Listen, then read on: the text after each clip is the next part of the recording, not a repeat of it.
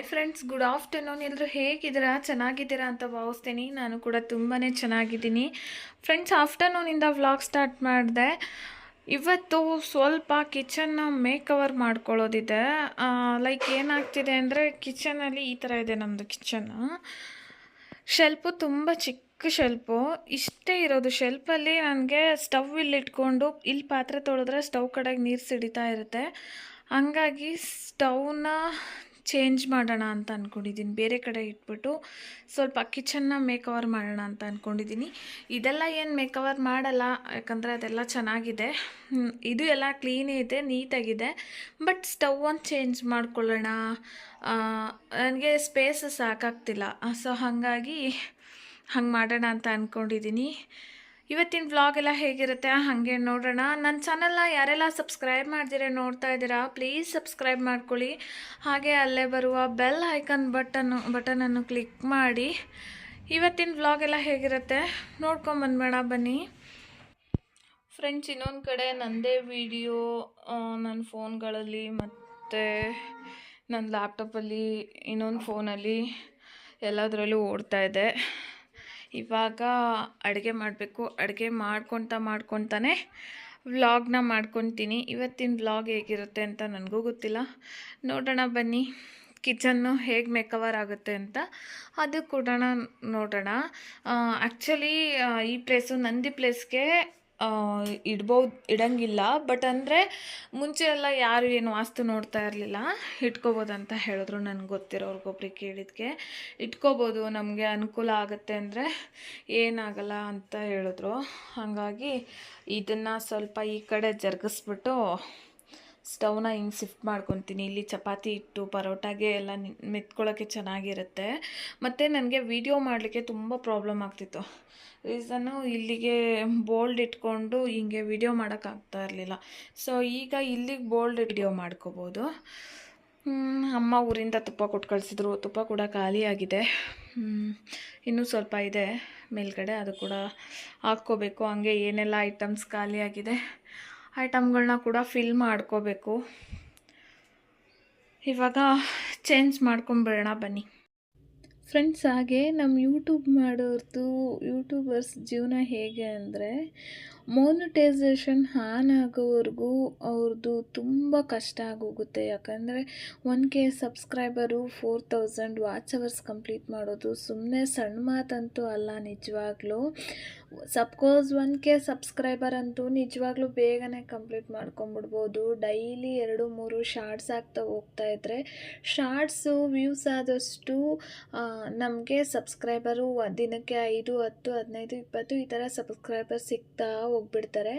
But watch hours complete ಮಾಡೋದಿದೆಯಲ್ಲ, ತುಂಬಾ ಕಷ್ಟ ಅಂತ ಹೇಳ್ಬೋದು. ಇವಾಗ ಏನಾಗುತ್ತೆ ಅಂದರೆ, ಎಲ್ಲರಿಗೂ ಆಸೆ ಬಂದುಬಿಟ್ಟಿದೆ ಯೂಟ್ಯೂಬಲ್ಲಿ. ಈಗ ಎಲ್ಲರೂ ಪೇಮೆಂಟ್ಗಳು ಶೇರ್ ಮಾಡ್ತಾ ಇದ್ದಾರೆ. ಹಾಗೆ ಅಂತ ಬಂದರೆ ಪ್ರತಿಯೊಂದನ್ನು ಶೇರ್ ಮಾಡ್ತಾರೆ. ನಮ್ಗೆ ಯೂಟ್ಯೂಬಿಂದ ಪೇಮೆಂಟ್ ಬಂತು, ಅಮೆಝಾನಿಂದ ಪೇಮೆಂಟ್ ಬಂತು, ಇನ್ಸ್ಟಾಯಿಂದ ಪೇಮೆಂಟ್ ಬಂತು ಅಂತ. ಈ ಮನೆಯಲ್ಲಿ ಹೌಸ್ ವೈಫ್ಗಳು ಏನು ಮಾಡ್ತಾರೆ, ಇವಾಗ ಎಲ್ಲರಿಗೂ ಪ್ರಾಬ್ಲಮ್ ಅನ್ನೋದಿದ್ದೇ ಇರುತ್ತೆ. ನಾವು 1-2 ಕಾಸು ದುಡ್ಡು ನೋಡಿದ್ರೆ ಏನಕ್ಕಾದ್ರೂ ಮನೆ ಪ್ರಾಬ್ಲಮ್ಗಾಗುತ್ತೆ ಅಂದ್ಬಿಟ್ಟು ಎಲ್ಲರೂ ಇವಾಗ ಯೂಟ್ಯೂಬ್ ಚಾನಲ್ ಓಪನ್ ಮಾಡ್ಕೊಳ್ಳೋದು ಸಹಜವಾದ ಗುಣ ಆಗಿಬಿಟ್ಟಿದೆ. ಇವಾಗ ಯೂಟ್ಯೂಬ್ ಚಾನಲ್ ಓಪನ್ ಮಾಡ್ಕೊಳ್ಳೋದು ಈಸಿ ಆಗಿಬಿಟ್ಟಿದೆ, ಸಬ್ಸ್ಕ್ರೈಬ್ಸ್ ಕಂಪ್ಲೀಟ್ ಮಾಡ್ಕೊಳ್ಳೋದು ಈಸಿ ಆಗಿಬಿಟ್ಟಿದೆ. ಬಟ್ ಈ ವಾಚ್ ಅವರ್ಸ್ ಕಂಪ್ಲೀಟ್ ಮಾಡೋದು ತುಂಬಾ ಕಷ್ಟ ಆಗಿಬಿಟ್ಟಿದೆ. ಸೇಮ್ ಇದೇ ಥರ ಈ ಪ್ರಾಬ್ಲಮ್ನೇ ನಾನು ಕೂಡ ಫೇಸ್ ಮಾಡ್ತಾ ಇದ್ದೀನಿ. ನಂದು ಸಬ್ಸ್ಕ್ರೈಬರ್ಸ್ ಬಂದು 1600 ಜನ ಸಬ್ಸ್ಕ್ರೈಬರ್ ಇದ್ದಾರೆ ಈಗ. ಬಟ್ ವಾಚ್ ಅವರ್ಸ್ ಬಂದು ಒಂದು 300 ಅವರ್ಸ್ ಕೂಡ ನಂದು ವಾಚ್ ಅವರ್ಸ್ ಕಂಪ್ಲೀಟ್ ಆಗಿಲ್ಲ. 300 ಅವರ್ಸ್ ಬರೀ ಅಂದರೆ ಇನ್ನೂ ಎಷ್ಟು ಅವರ್ಸ್ ಕಂಪ್ಲೀಟ್ ಆಗೋದಿದೆ. ಬಟ್ ಹೇಗೆ ವಾಚ್ ಅವರ್ಸ್ ಕಂಪ್ಲೀಟ್ ಮಾಡ್ತೀನಿ ಅಂತ ಗೊತ್ತಿಲ್ಲ. ತುಂಬ ಅಡ್ಡದ ಮೇಲೆ ನಾನು ಹೆಂಗಾದರೂ ಮಾಡಿ ಡೈಲಿ ಒಂದು ವಿಡಿಯೋ ಕಂಪಲ್ಸರಿ ಅಪ್ಲೋಡ್ ಮಾಡಬೇಕು ಅಂದ್ಕೊಂಡು, ಅಪ್ಪು ಹತ್ರ ನಮಗೆ ನೆಟ್ ಇಶ್ಯೂ ತುಂಬ ಇದೆ. ಹಂಗಾಗಿ ನನಗೆ ಡೈಲಿ ನಮ್ಮದು ನ್ಯೂಸ್ ಚಾನಲ್ಲು ವೀಡಿಯೋಸ್ ಅಪ್ಲೋಡ್ ಮಾಡೋದ್ರಿಂದ ನನಗೆ 2 GB ನೆಟ್ ಎಲ್ಲಿಗೂ ಸಾಲ್ತಾ ಇರಲಿಲ್ಲ. ಹಾಟ್ಸ್ಪಾಟ್ ತೊಗೊಂಡು ಏನೆಲ್ಲ ಮಾಡಿ ನ್ಯೂಸ್ ಚಾನಲ್ ವೀಡಿಯೋಸ್ಗಳನ್ನೇ ಅಪ್ಲೋಡ್ ಮಾಡ್ತೀನಿ. ಹಾಗಾಗಿ ಇಲ್ಲ ಅಪ್ಪು ಆಗಲ್ಲ ಅಂದ್ಬಿಟ್ಟು ವೈಫೈ ಕೂಡ ರೀಚಾರ್ಜ್ ಮಾಡಿಸ್ಕೊಂಡು ಕಂಪಲ್ಸರಿ 2 ವೀಡಿಯೋ ಹಾಕ್ತೀನಿ ಅಪ್ಪು ಅಂತ ಹೇಳಿಬಿಟ್ಟು, ಕಿಚನ್ ಮೇಕವರ್ ಕೂಡ ಮಾಡ್ಕೋತೀನಿ ಅಪ್ಪು ಅಂತ ಹೇಳಿಬಿಟ್ಟು ಮಾಡ್ಕೊತಾ ಇದ್ದೀನಿ. ನನಗೆ ಪ್ರಾಬ್ಲಮ್ ಏನಾಗ್ತಿತ್ತಂದರೆ, ಈಗ ಇರೋ ಕಡೆನೇ ಸ್ಟವ್ ಅದು ಕರೆಕ್ಟ್ ಪ್ಲೇಸ್ ಆಗಿದೆ, ಬಟ್ ಅಲ್ಲಿಗೆ ನನಗೆ ಸ್ಟ್ಯಾಂಡ್ ಇಟ್ಕೊಂಡು ವೀಡಿಯೋ ಮಾಡೋಕ್ಕಾಗ್ತಿರ್ಲಿಲ್ಲ. ಆ ಪ್ರಾಬ್ಲಮ್ನ ನಾನು ಹೆಂಗೆ ಬೇಕಾದರೂ ಫೇಸ್ ಮಾಡ್ತಿದ್ದೆ. ಇನ್ನೊಂದು ಏನಾಗ್ತಿತ್ತಂದರೆ, ಪಾತ್ರೆ ತೊಳಿತಾ ಇದ್ದರೆ ನೀರೆಲ್ಲ ಸ್ಟವ್ ಮೇಲೆ ಸಿಡಿತಾ ಇತ್ತು. ನನಗದು ಬ್ಯಾಡ್ ಥರ ಫೀಲ್ ಆಗ್ತಾಯಿತ್ತು. ಹಾಗಾಗಿ ಪರವಾಗಿಲ್ಲ ಅಂದ್ಬಿಟ್ಟು ರಾತ್ರಿ ಸ್ವಲ್ಪ ಫ್ರೆಂಡ್ಸ್ಗೆ ಮತ್ತು ರಿಲೇಷನ್ಸ್ಗೆ ತುಂಬ ಹತ್ರ ಆಗಿರೋರಿಗೆ, ನನ್ನ ಜೊತೆ ತುಂಬ ಕ್ಲೋಸಾಗಿ ಯಾರು ಮಾತಾಡ್ತಾರೋ ಅವ್ರಿಗೆಲ್ಲ ಫೋನ್ ಕೂಡ ಮಾಡಿ ಕೇಳಿದೆ, ಈ ಥರ ನಂದಿ ಪ್ಲೇಸ್ಗೆ ಇಡ್ಬೋದಾ, ಏನು ಪ್ರಾಬ್ಲಮ್ ಇಲ್ವಾ ಅಂತ. ಅವ್ರು ಹೇಳಿದ್ರು ಏನು ಪ್ರಾಬ್ಲಮ್ ಆಗಲ್ಲ, ಇವಾಗ ವಾಸ್ತು ಅವೆಲ್ಲ ಹೇಳೋದು. ಮುಂಚೆ ಎಲ್ಲ ಮುಂದಕ್ಕೆ ನೀರು ಮನೆ ಇರ್ತಿತ್ತು, ಊರ ಕಡೆ ಮನೆಗಳು ನೋಡಬೇಕಂದ್ರೆ ಮುಂದಕ್ಕೆ ನೀರು ಮನೆ, ಹಿಂದಕ್ಕೆ ಚಿಕ್ಕ ಮನೆ, ಮಧ್ಯದಲ್ಲಿ ಅಡುಗೆ ಮನೆ ಇಟ್ಕೊತಾ ಇದ್ರು. ಮಧ್ಯದಲ್ಲಿ ಅಡುಗೆ ಮನೆ, ಒಂದು ಸೈಡಲ್ಲಿ ಮಿಕ್ಕಿದ ಕಡೆ ಹಾಲು ಹಂಗೆ ಮಾಡ್ಕೊತಾ ಇದ್ರು. ಅವ್ರು ಯಾವ ವಾಸ್ತು ನೋಡ್ಕೊತಾ ಇದ್ರು, ಹೆಂಗೋ ಒಂದು ಮಾಡ್ಕೊಳ್ಳೋರು. ಬಟ್ ಈಗ ಜನಗಳು ವಾಸ್ತು ಅನ್ನೋದು ಕಲ್ತಿರೋದು. ಏನೂ ಆಗಲ್ಲ, ಇದು ನಮ್ಮದೇನು ಸ್ವಂತ ಮನೆಗಳಲ್ಲ, ಇವಾಗ ನಾವು ಹೆಂಗೆ ಬೇಕೋ ಹಂಗೆ ಮಾಡ್ಕೊಳ್ಳೋಕ್ಕೆ, ನಾವಿರೋದು ರೆಂಟ್ ಹೌಸ್ಗಳಲ್ಲಲ್ವಾ, ನಮ್ಗೆ ಹೆಂಗೆ ಹೋಗುತ್ತೋ ಹಂಗೆ ಅಡ್ಜಸ್ಟ್ ಮಾಡ್ಕೊಂಡು ಹೋಗಬೇಕು ಅಂತ ಕೂಡ ಹೇಳಿದ್ರು. ಇನ್ನು ಕೆಲವೊಬ್ಬರು ನಮ್ಮ ಆ್ಯಕ್ಚುಲಿ ನಾನೀಗಿರೋ ಓನರ್ ಕೂಡ ಅದೇ ಹೇಳಿದ್ರು, ಏನಾಗಲ್ಲ ಕಾವ್ಯ ಇಟ್ಕೋ, ಏನು ಮಾಡೋಕ್ಕಾಗತ್ತೆ, ನಾನು ಕೂಡ ಸಮ್ಟೈಮ್ ಈ ಥರ ಜರುಗಿಸ್ಕೊತೀನಿ, ಅಡುಗೆ ಮಾಡ್ಕೊತೀನಿ, ಏನೂ ಆಗಲ್ಲ ಇಟ್ಕೊಳ್ಳಿ, ಅದು ನಾವು ತೊಗೊಳೋದ್ರ ಮೇಲೆ ಡಿಪೆಂಡ್ ಆಗುತ್ತೆ ಅಂತ. ಬಟ್ ನನಗೆಲ್ಲೋ ಒಂದು ಕಡೆ ಕೊರಿತಾ ಇತ್ತು, ಸೂರ್ಯನ ಕಡೆ ನಾವು ಮುಖ ಮಾಡಿ ನಿಂತ್ಕೊಂಡೆ ಅಡುಗೆ ಮಾಡಬೇಕು, ಹಿಂಗೆ ಮಾಡೋದು ಸರಿ ಹೋಗುತ್ತೋ ಇಲ್ವೋ ಅಂದ್ಬಿಟ್ಟು. ಆಮೇಲೆ ಫ್ರೆಂಡ್ಸ್ನೆಲ್ಲ ಸ್ವಲ್ಪ ಜನ ಕೇಳಿಕೆ, ಏನಾಗಲ್ಲ, ನೀನು ಅದನ್ನು ಮನಸ್ಸಿಗೆ ತೊಗೊಳೋದ್ರ ಮೇಲೆ ಡಿಪೆಂಡ್ ಆಗುತ್ತೆ, ನೀನು ಹೆಂಗೆ ಎಕ್ಸ್ಪೆಕ್ಟ್ ಮಾಡ್ಕೊತೀವೋ ಅದ್ರ ಮೇಲೆ ಡಿಪೆಂಡ್ ಆಗುತ್ತೆ, ನೋ ಇಶ್ಯೂ, ನಾವು ಎಲ್ಲ ಹೆಂಗೆ ನಮ್ಗೆ ಹೆಂಗೆ ಅಡ್ಜಸ್ಟ್ ಆಗುತ್ತೋ ಹಂಗೆ ಇಟ್ಕೊಂಡಿದ್ದೀವಿ, ಏನಾಗಲ್ಲ ಇಟ್ಕೊ ಅಂತ ಹೇಳಿದ್ರು. ಅವಾಗ ಸ್ವಲ್ಪ ಸಮಾಧಾನ ಆಯಿತು. ಅದಾದಮೇಲೆ ಸರಿ ಇನ್ನು ಶಿಫ್ಟ್ ಮಾಡ್ಕೊಳ್ಳೋಣ ಇವತ್ತು ಅಂದ್ಬಿಟ್ಟು ಅದು ಕೆಲಸ ಕೂಡ ಮಾಡ್ಕೊತಾ ಇದ್ದೀನಿ. ಅಪ್ಪು ನಂದು ಎಲ್ಲ ವೀಡಿಯೋಸು ಲ್ಯಾಪ್ಟಾಪಲ್ಲಿ ಮತ್ತು ಫೋನ್ಗಳಲ್ಲಿ ಸ್ವಲ್ಪ ವಾಚ್ ಅವರ್ಸ್ ಕಂಪ್ಲೀಟ್ ಆಗಲಿ ಅಂದ್ಬಿಟ್ಟು ವಿಡಿಯೋ ಕೂಡ ಓಡಿಸ್ತಾಯಿದ್ರು. ಆಮೇಲೆ ಅಪ್ಪು ಕಾಫಿ ಮಾಡಿಕೊಡಿ ಅಮ್ಮು ಅಂತ ಹೇಳಿದ್ರು. ಹಾಗಾಗಿ ಅಪ್ಪುಗೆ ಕಾಫಿ ಮಾಡೋಣ ಅಂದ್ಬಿಟ್ಟು ಕಾಫಿ ಮಾಡ್ತಾಯಿದ್ದೀನಿ. ನನಗೆ ನನಗೆ ಮನೇಲಿ ಮಾಡೋ ಥರ ಕಾಫಿ ಕುಡಿದ್ರೆ ಅಷ್ಟು ಲೈಕ್ ಆಗೋಲ್ಲ, ಹೋಟೆಲಲ್ಲಿ ಮಾಡೋ ಥರ ಕಾಫಿ ಮಾಡ್ಕೊಂಡು ಕುಡಿಬೇಕು. ಹಾಲು ಚೆನ್ನಾಗಿ ಕಾಯಬೇಕು, ನೊರೆ ಬರೋ ಥರ ಮೇಲೆ ಈಗ ಹೋಟೆಲಲ್ಲಿ ಟೇಸ್ಟ್ ಹೆಂಗೆ ಬರುತ್ತೋ ಆ ಥರ ಕಾಫಿ ಮಾಡ್ಕೊಂಡು ಕುಡಿದ್ರೇ ಇಷ್ಟ ಆಗೋದು. ಹಾಗಾಗಿ ಕಾಫಿ ಮಾಡೋಣ ಅಂದ್ಬಿಟ್ಟು ಹಾಲನ್ನ ಚೆನ್ನಾಗಿ ಕಾಯಿಸ್ಬಿಟ್ಟು ಒಂದು ಗ್ಲಾಸಲ್ಲಿ 2 ಸ್ಪೂನ್ ಶುಗರ್ ಆ್ಯಡ್ ಮಾಡಿಬಿಟ್ಟು ಇನ್ನೊಂದು ಗ್ಲಾಸಿಂದ ಒಂದು ಗ್ಲಾಸಿಗೆ ಮಿಕ್ಸ್ ಮಾಡಿಕೊಂಡು ಚೆನ್ನಾಗಿ ನೊರೆ ಬರೋ ಥರ ಮಿಕ್ಸ್ ಮಾಡಿಕೊಂಡು, ಆಮೇಲೆ ನಾವು ಯೂಸ್ ಮಾಡೋದು ಸನ್ರೈಸ್ ಕಾಫಿ ಪುಡಿ, ಫಿಲ್ಟರ್ ಕಾಫಿ ಪುಡಿ ನಾವು ಯೂಸ್ ಮಾಡಲ್ಲ, ನನಗೆ ಅದು ಇಷ್ಟ ಆಗಲ್ಲ.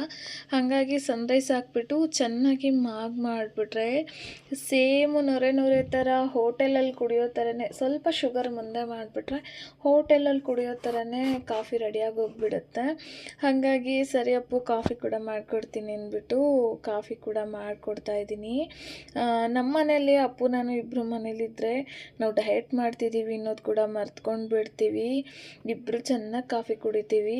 ನೋಡಿ ನಾನು ಈ ಥರ ಮಿಕ್ಸ್ ಮಾಡ್ತಿದ್ದೀನಲ್ಲ, ಅದೇ ರೀತಿ ಒಂದು 5 ಮಿನಿಟ್ಸ್ ಮಿಕ್ಸ್ ಮಾಡಿಬಿಟ್ರೆ ಸೇಮ್ ನಾವು ಹೋಟೆಲಲ್ಲಿ ಕುಡ್ದಿರೋ ಥರನೇ ಫೀಲ್ ಆಗುತ್ತೆ. ಕಾಫಿ ನೊರೆ ಥರ ಬರುತ್ತೆ. ಅದಾದಮೇಲೆ ಏನಿದೆ ಕಾಫಿ ಪೌಡರ್ ಹಾಕ್ಕೊಂಡು ಚೆನ್ನಾಗಿ ಮಿಕ್ಸ್ ಮಾಡ್ಕೊಂಡ್ಬಿಟ್ಟು ಕಾಫಿ ಕುಡಿದ್ಬಿಟ್ರೆ ಎಷ್ಟೇ ಮನಸ್ಸಿಗೆ ಬೇಜಾರಾಗಿದ್ರೂ ಕೂಡ, ಇವಾಗ ಮನೇಲಿ ಗೊತ್ತಿರುತ್ತೆ ಹೆಣ್ಮಕ್ಳಿಗೆ ಎಷ್ಟು ಕೆಲಸ ಇರುತ್ತೆ ಅಂತ, ಬೆಳಗ್ಗೆಯಿಂದ ಆ ಕೆಲಸ ಈ ಕೆಲಸ ಅಂದ್ಕೊಂಡು ಮಾಡ್ತಾ ತಲೆನೋವು ಕೂಡ ಬಂದಿರುತ್ತೆ.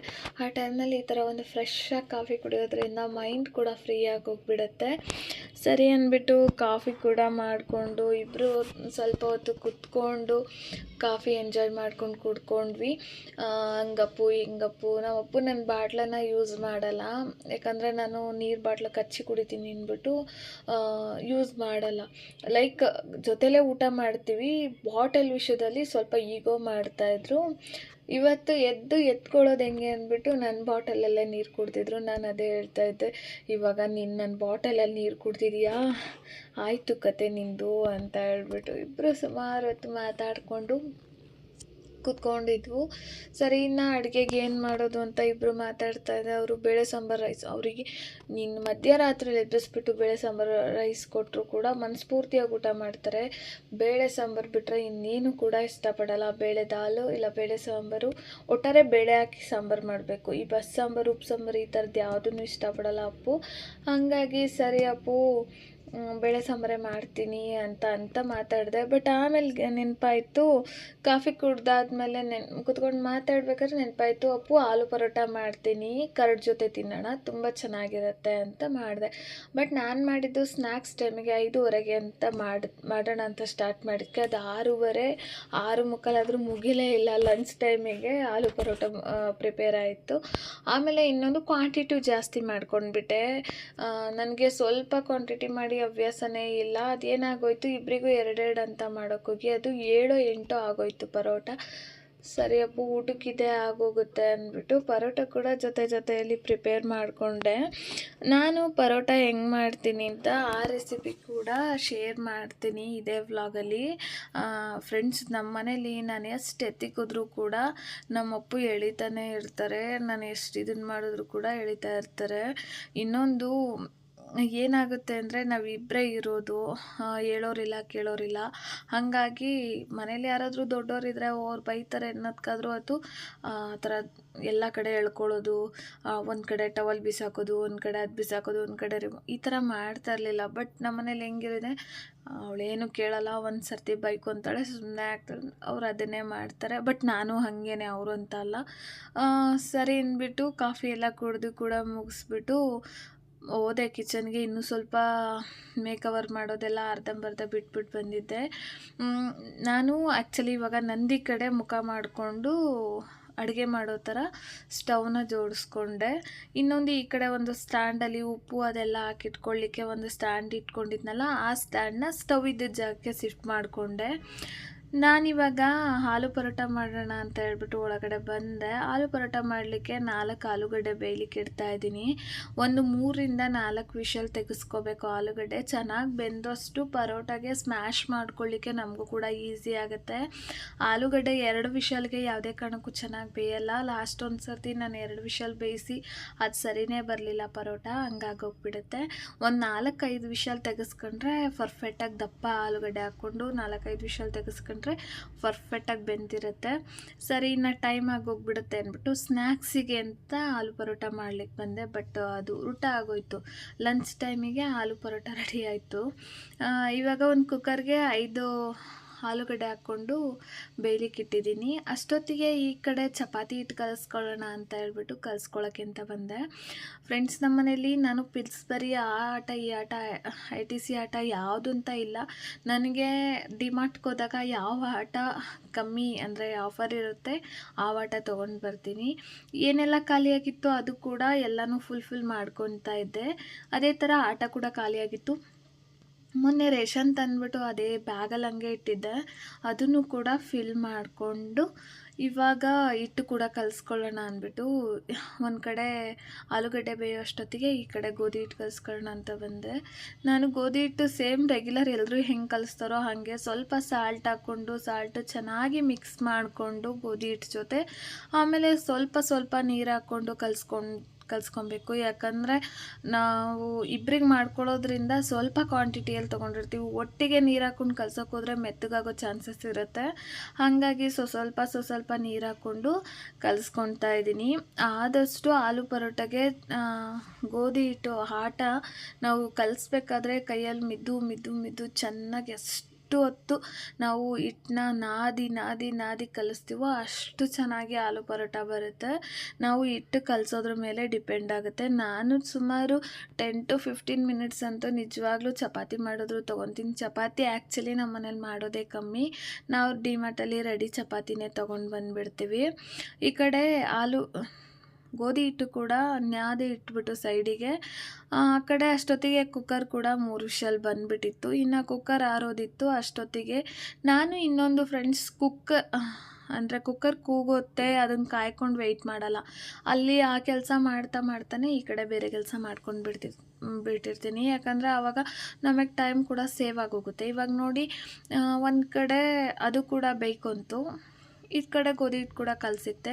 ಗೋಧಿ ಹಿಟ್ಟು ಕಲಸಿ ನಾನು ಬಟ್ಟೆ ಮುಚ್ಚಿಟ್ರೆ ತುಂಬ ಚೆನ್ನಾಗಿ ಸ್ಮೂತಾಗಿ ಬರುತ್ತೆ. ಬಟ್ಟೆ ಆಗ್ಬೋದು, ಪ್ಲೇಟ್ ಆಗ್ಬೋದು, ಏನಾದರೂ ಮುಚ್ಚಿ ಒಂದು ಹಾಫ್ ಆನ್ ಅವರ್ ಬಿಟ್ಬಿಟ್ರೆ ತುಂಬಾ ಸ್ಮೂತ್ ಆಗಿಬಿಡುತ್ತೆ. ನಾವು ಒಂದು 10 ನಿಮಿಷ ನಾದಿರ್ತೀವಲ್ವ, ಅದಕ್ಕೂ ಎಷ್ಟು ಚಪಾತಿ ಸ್ಮೂತಾಗಿ ಬರುತ್ತೆ ಅಂದರೆ ತುಂಬಾ ಚೆನ್ನಾಗಿ ಬರುತ್ತೆ. ಇತ್ತ ಕಡೆ ಇನ್ನು ಆಲೂ ಪರೋಟಾಗೆ ಏನೆಲ್ಲ ಬೇಕೋ ಅದನ್ನು ಕೂಡ ಹಚ್ಕೊಂಡು ಬಿಡೋಣ ಅಂದ್ಬಿಟ್ಟು ಹಚ್ಕೊಳ್ತಾ ಇದ್ದೀನಿ. ಹಚ್ಕೊಳ್ಳಿಕ್ಕೆ ಏನೆಲ್ಲ ತೊಗೊಂಡಿದ್ದೀನಿ ಅಂದರೆ 1 ಮತ್ತು 1/2 1/2 ಈರುಳ್ಳಿ ಸಣ್ಣದು ಇದ್ದಿದ್ದರಿಂದ ನಾನು 1/2 ಈರುಳ್ಳಿ ತೊಗೊಂಡಿದ್ದೀನಿ. ಈರುಳ್ಳಿ ಆದಷ್ಟು ತುಂಬಾ ಚಿಕ್ಕದಾಗಿ ಕಟ್ ಮಾಡ್ಕೊಳ್ಳಿ. ಇಲ್ಲ ನಾನು ಕಟ್ ಮಾಡ್ಕೊಡ್ತೀನಿ ಅಷ್ಟೊಂದು ಚಿಕ್ಕದಾಗಿ ಹಿಂಗೆ ಕಟ್ ಮಾಡೋದು ಅನ್ನೋದಾಯ್ತಂದರೆ ಈ ಕಟರ್ ಬರುತ್ತಲ್ವ, ಅದಕ್ಕೆ ಸ್ವಲ್ಪ ನೀವು ಈ ಥರ ದಪ್ಪ ಕಟ್ ಮಾಡಿಬಿಟ್ಟು ಕಟರ್ಗೆ ಹಾಕ್ಕೊಂಡು ಚೆನ್ನಾಗಿ ಕಟ್ ಮಾಡಿಕೊಂಡ್ರೆ ಮಿಷಿನ್ ಬರುತ್ತೆ, ಅದರಲ್ಲಿ ಚೆನ್ನಾಗಿ ಕಟ್ ಆಗೋಗ್ಬಿಡುತ್ತೆ. ಹಂಗೇನಿಲ್ಲ, ನಾನು ಕಟ್ ಮಾಡಬೇಕಾದ್ರೆ ಚಿಕ್ಕದಾಗಿ ಕಟ್ ಮಾಡ್ಕೊಂಡು ಬಿಡ್ತೀನಿ. ಮತ್ತು ಅದೆಲ್ಲ ಡಬಲ್ ಕೆಲಸ ಆಗೋಗ್ಬಿಡುತ್ತೆ. ಅದಕ್ಕೆ ಹಾಕ್ಕೊಂಡು ಅದನ್ನು ಕಟ್ ಮಾಡಿ ಇದನ್ನು ಮಾಡೋ ಅಷ್ಟೊತ್ತಿಗೆ ಅದು ಡಬಲ್ ಕೆಲಸ ಆಗಿಬಿಡುತ್ತೆ ಅಂದ್ಬಿಟ್ಟು ಹಾಗೆ ಕಟ್ ಮಾಡ್ಕೊಂಡು ಬಿಡ್ತೀನಿ. 1/2 ಈರುಳ್ಳಿ ತೊಗೊಂಡಿದ್ದೀನಿ, ಮತ್ತು ಅರ್ಧದಲ್ಲಿ ಅಂದರೆ 1ರಲ್ಲಿ ಅರ್ಧ ಟೊಮೊಟೊ ತೊಗೊಂಡಿದ್ದೀನಿ, 1/4 ಹಿಡಿಯಷ್ಟು ಕೊತ್ತಂಬರಿ ಸೊಪ್ಪು ತೊಗೊಂಡಿದ್ದೀನಿ, ಒಂದು 5ರಿಂದ 6 ಚಿಲ್ಲಿ ತೊಗೊಂಡಿದ್ದೀನಿ. ಚಿಲ್ಲಿ ಕೂಡ ತುಂಬ ಸಣ್ಣ ಕಟ್ ಮಾಡಬೇಕು, ಯಾಕಂದರೆ ಬಾಯಿ ಸಿಕ್ಕಿದ್ರೆ ಪರೋಟ ಒಳಗಡೆ ತುಂಬ ಖಾರ ಆಗೋಗ್ಬಿಡುತ್ತೆ. ತಿನ್ನೋಕೆ ಕೂಡ ಅಷ್ಟು ಲೈಕ್ ಆಗಲ್ಲ. ಆ ಥರ ಒಂದ್ಸತಿ ಬಾಯಿಗೆ ಖಾರ ಬಿದ್ದುಬಿಟ್ರೆ ನಾವು ಬಾಯಲ್ಲಿ ಏನು ತಿಂದರೂ ಕೂಡ ಟೇಸ್ಟೇ ಹೊಂಟೋಗೋಗ್ಬಿಡುತ್ತೆ. ಇನ್ನೊಂದು ಕಡೆ 1/4 ಸ್ಪೂನಷ್ಟು ಜೀರಿಗೆ ತೊಗೊಂಡಿದ್ದೀನಿ. ಜೀರಿಗೆ ಕೂಡ ಅಷ್ಟೇ, ನಾನು ಹುರಿದಿರೋ ಜೀರಿಗೆ ತೊಗೊಂಡ್ರೆ ಇನ್ನೂ ಚೆನ್ನಾಗಿರುತ್ತೆ.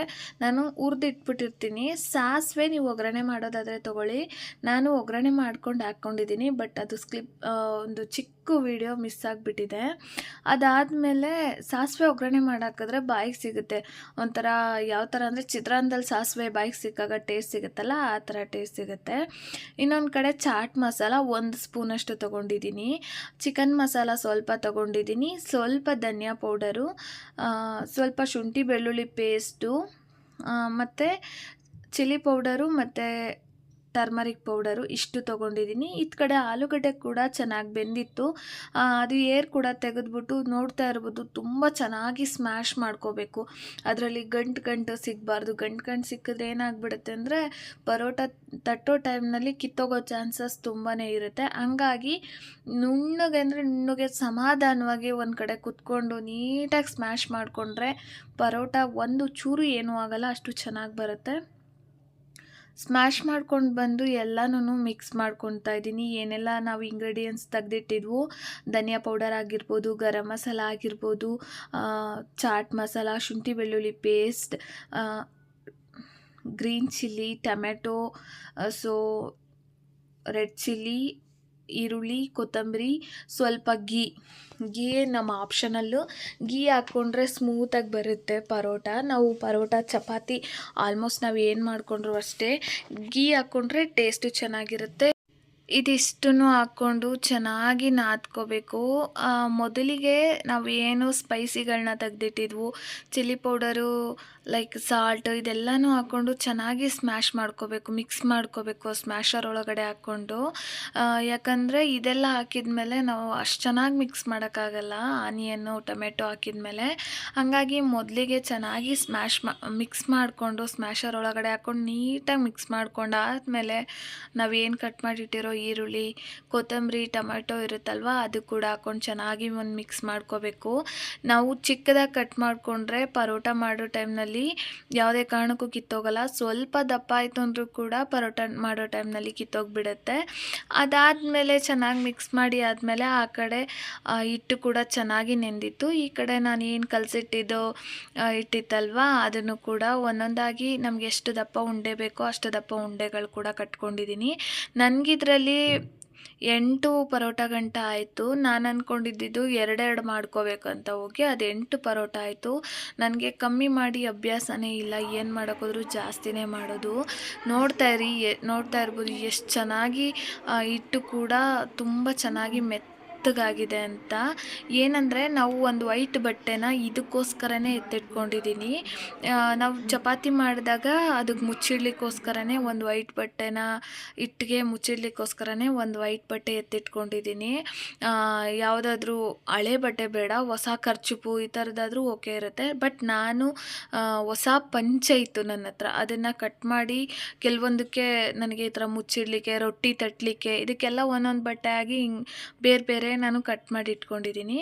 ನೋಡಿ ಈ ಥರ ನಾವೇನು ಮಾಡಿಟ್ಟಿರೋ ಉಂಡೆಗೆ ಈ ಥರ ಫಿಲ್ಲಿಂಗ್ಸ್ ಮಾಡಿಕೊಂಡು ಜಾಸ್ತಿ ಒತ್ತಿ ಆಲೂ ಪರೋಟನ ನಾವು ತೀಡ್ಕೋಬಾರ್ದು.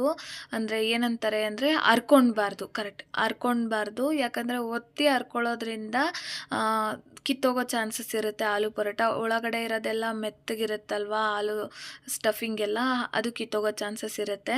ಅದರಿಂದ ಚಿಕ್ಕದಾಗಿ ಆದರೂ ಪರವಾಗಿಲ್ಲ, ಮೆತ್ತಗೆ ರೌಂಡ್ ಶೇಪ್ ಇಟ್ಕೊಂಡು ಒಂದು ಜಾಸ್ತಿ ಹರ್ವ ಹಾಕಿದ್ರೂ ಆಲೂ ಪರೋಟ ಅಷ್ಟು ಚೆನ್ನಾಗಿ ಅನಿಸಲ್ಲ.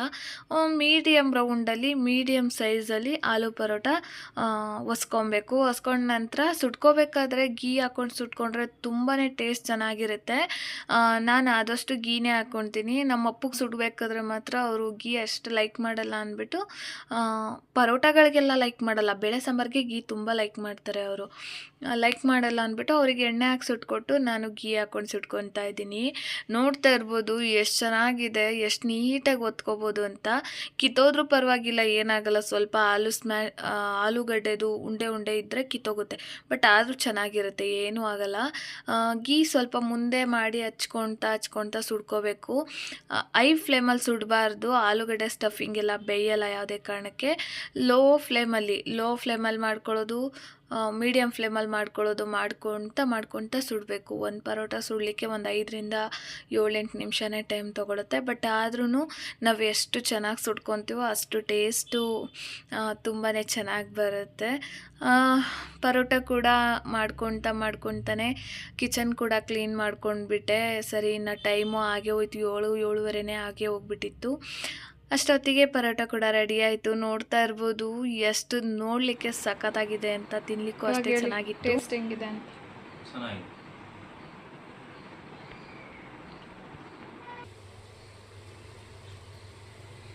ಫ್ರೆಂಡ್ಸ್. ಇವತ್ತಿನ ವ್ಲಾಗ್ ಅಂತೂ ಇಷ್ಟೇ. ನಾನು ಕೂಡ ಪರೋಟ ತಿಂದ್ಬಿಟ್ಟು ಸ್ವಲ್ಪ ಕಿಚನಲ್ಲಿ ಊಟ ಮಾಡಿದ್ದೆಲ್ಲ ಪಾತ್ರೆ ಇತ್ತು, ಅದು ಕೂಡ ಕ್ಲೀನ್ ಮಾಡಿಕೊಂಡು ಸರಿ, ಇನ್ನು ಟೈಮ್ 8-8:15 ಆಗೇ ಹೋಯಿತು.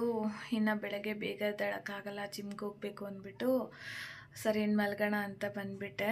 ಇವತ್ತಿನ ವ್ಲಾಗ್ ಅಂತೂ ಇಲ್ಲಿಗೆ ಹೆಣ್ಣು ಮಾಡ್ತೀನಿ. ನಾಳೆ ಹೊಸ ವ್ಲಾಗ್ ಜೊತೆ ಸಿಗ್ತೀನಿ. ಅಲ್ಲಿವರೆಗೂ ಟೇಕ್ ಕೇರ್, ಬಾಯ್.